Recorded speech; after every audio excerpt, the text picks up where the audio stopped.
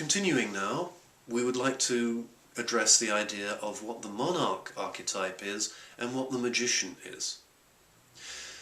The monarch is quite literally someone who has been a warrior lover, who has come up against his or her limitations and has said, instead of "I give up," this person has said, wait, I have knowledge that I can pass on to the next generation. I don't have to do it all myself. This might be the teacher who, instead of burning out and going to live in a cabin in the woods, says, wait, I can instruct other teachers how to avoid this stage, how to fuel themselves.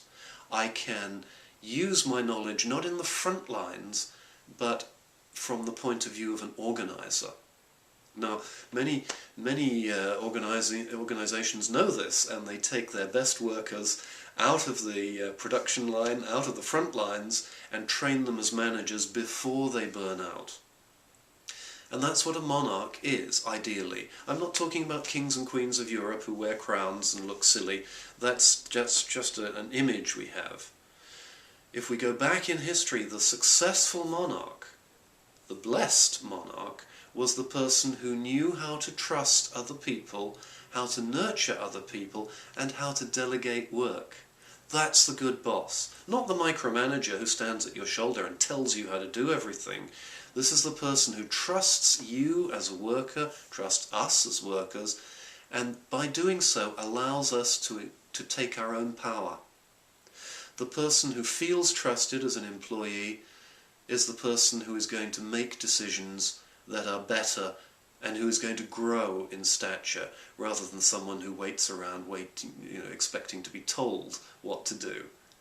So the monarch archetype is the person who can delegate, who can trust, who can assess, very important to assess the material that's coming in and judge it. And just like the king and the queen together, monarchs both, represent two aspects of this.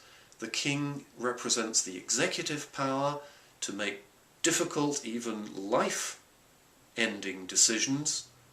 So the king archetype represents that executive power, and the queen archetype represents compassion, love, nurturing.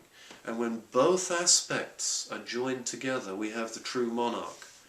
Because I have to tell you, throughout history, a monarch has rarely been unmarried. It has been expected that the two aspects, the male-female, executive decision, compassion and love, should be fused and should feed each other. Now, when that happens, we have a monarch who can mobilize an entire country, who can mobilize a campaign, who can make people better than they are. When that begins to happen, people discover that they have more in them than they ever believed was possible. And that's when the magic happens, which is why the last archetype in this series is called the magician. You might say this is the team coach. The team coach doesn't play on the team. The team coach doesn't tell the team members how to do every last little thing. But the team coach knows who to promote, who to hold back, and what to say, so that the team can work to produce far more than anyone had ever thought was likely to happen. That's the winning team. And that's an important attribute. When the team looks back, they say, wow, how did we do that? It was magic, we were great. And that's good, they're taking their own power.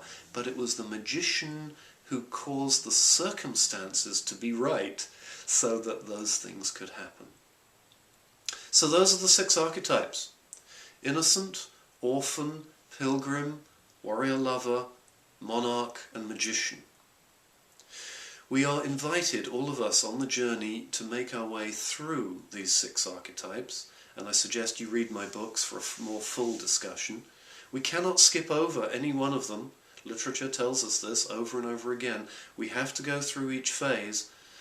And perhaps even more difficult is that we have to be in each phase, not just in our work, but in our personal lives.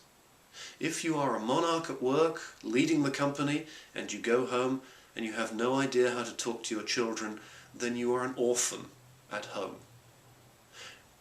This is an important distinction to make, because it is our duty to live out of the best part of ourselves, the very best part of ourselves.